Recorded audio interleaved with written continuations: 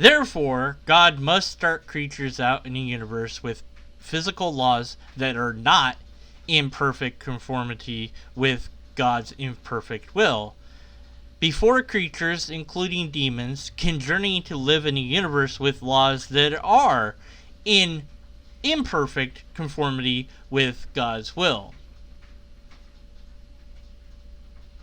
So, of course, this imperfect law and imperfect lawgiver would lead to a world with all sorts of imperfections. Thus, we must conclude that God is imperfect.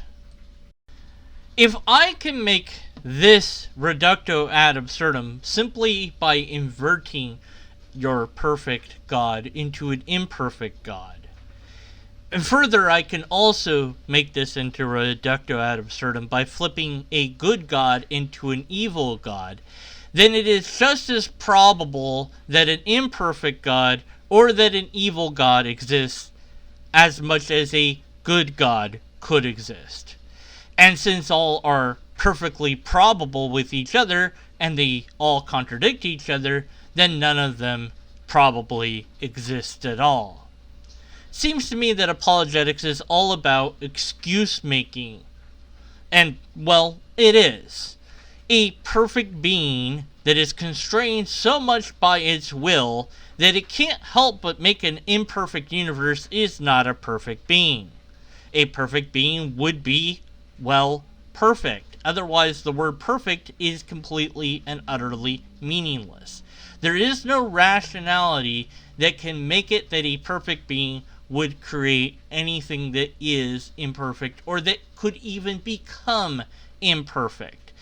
And any rationality you attempt to give will always ultimately fail because of the word's inherent meaning. But theists try to get around this by saying that God's nature is such a way that it cannot do this or that, making God an imperfect creature since it is constrained by certain parameters. And those theists assert what those parameters are, of course. So not only do you have to believe in God, but you also have to believe that God has a particular nature, which is why I changed it to my version of God in my version of my theology, which is really, honestly, what dry apologists should say. It's not theology, because there's different theologies that disagree with this idea of God out there. It's his particular idea of his brand of theology, and that's it. Does this solve the problem of evil? Not even close. Nor does it solve the problem of the fact that if there is a God that wants a relationship with people, its own hiddenness makes it so that people cannot have a relationship to the true God. God's so-called hiddenness makes it that people will believe in different concepts of God and in no God at all. With only about, since the latest Pew research that I'm aware of, 33% of the world being in belief in regards to Christianity, that means the rest of everybody is screwed. And that's not even calculating all the eons that have passed before that mark, when people would have been screwed and died and not gone to the correct creator because they dared to believe in the wrong one. And maybe your theology is, well, those people will be forgiven of their ignorance, or maybe it's a universalism where everyone will eventually get in. But what's the point of making the physical universe at all? Well, it has to do that. Why? Well, because it just has to. It's the way that it is. It can't not be the way that it is. It is the way that it is. Okay, then it's an evil God, and you can explain away the goodness in the same way that you can explain away the evil just by flipping the script.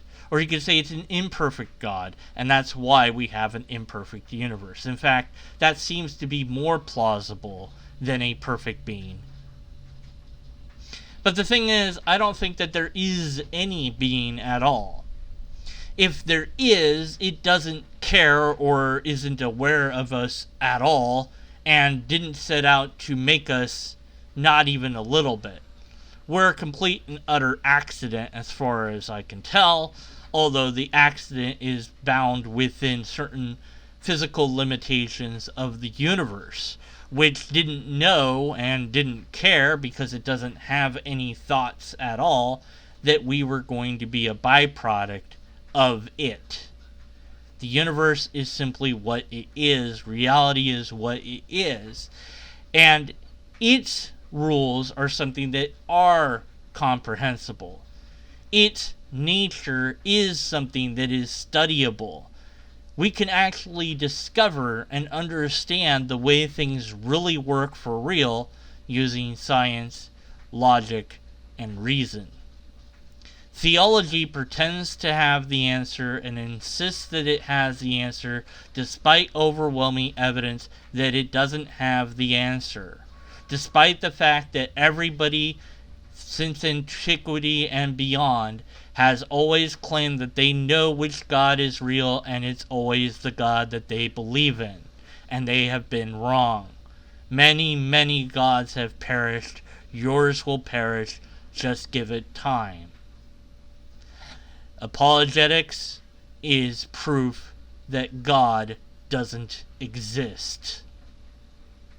We don't have any empirical evidence to the contrary. We don't have any repeatable tests to the contrary. And apologetic press, dry apologist, hasn't given us a logically coherent argument. And unless and until he provides us with one of those things, we must be skeptical of his conclusions, which is that there is a God and that it cares one whit about us at all.